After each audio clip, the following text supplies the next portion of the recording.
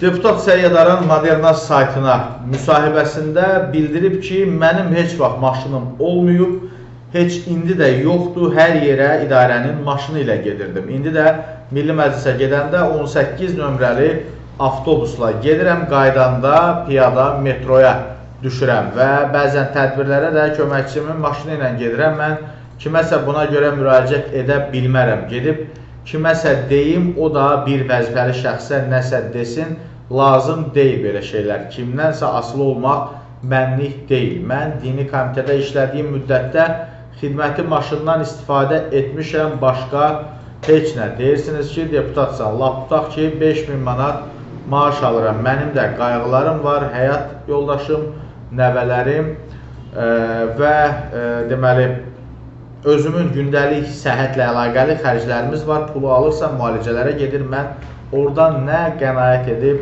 pul yığıb maşın ala bilərəm. Dəyərli izləyicilər, baxın, mən ümumiyyətlə dəfələrlə qeyd eləmişəm ki, həm belə deyək, açıqlamalarda, həm sosial mediadan olan söhbətlərimizdə ki, vəzifəli şəxslər, ümumiyyətlə maddi durumu nisbətən yaxşı olan insanlar gərək belə açıqlama verməsinlər. Bu açıqlamalar cəmiyyətdə bir mənalı qarşılanmır və ciddi şəkildə qıcıq doğurur. Yəni, necə ola bilər ki, bir deputat deyir ki, mənim, belə deyək də, yəni maddi durumum imkan vermir, nə bilim, vəziyyətim o deyil və s. və ilaxır. Onda bəs 400 manat maaş alan vətəndaş necə yaşasın, necə dolansın? Əgər sən 5000 manat maaşla bugün avtobusla gedib gəlirsənsə, müalicəni, xərclərini, nəvələrini düşünürsənsə, deməli ki, bu ölkədə belə deyək də, nəvəsi olan, nə bilim, övladı olan milyonlarla, minlərlə insanlar var. Bəs onlar necə yaşasın, necə dolansınlar? Yəni, bu açıqlamaları verəndə bu yaşda bir kişi düşünmürmü ki, bəs mən minlərlə, milyonlarla da insanın heysiyyatına toxunuram. Bu arada YouTube-dan bizi izləyənlər canlını bəyənin. Yəni, o canlını bəyənmək adamın barmağını dişləmir. Yəni, bir dəfə bəyənsəz kifayət edəcək.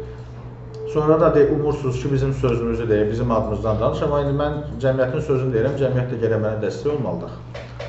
Yəni, bu kimi hallarda, bir daha deyirəm, çox ehtiyatlı olmaq lazımdır. Vətəndaşları incidir belə açıqlamalar. 400-500 manat maaş alan adamlar. Bax, məsələn, ayrıca bir dənə nümunə oxuyuram sizə. TikTok platformasında bu videonu paylaşmışıq. Altına yazılan şərhlərə baxın. Bunlar da Azərbaycan vətəndaşları da təbii ki, bunlar başqa ölkədən, başqa diyardan gəlməyiblər ki, düzdürmü? Bax, həmin açıqlamalardan birini sizin diqqətinizə çatdıracağım, dəyərli izləyicilər. Baxın, görün, nə yazırlar, vətəndaşlar nə deyirlər. Çox qısa müddət ərzində təxminən 30 dəqiqə 200-ə yaxın şərh gəlib. Bəs mən yetim neyniyim? Saat 9-da işdə olam, 2 avtobus dəyişirəm, gecə avtobus olmur, 12-də çıxıram, günə 18 manat pul alıram, qab yuyuram, kirayədəyəm 2 yetimlə. Sonra,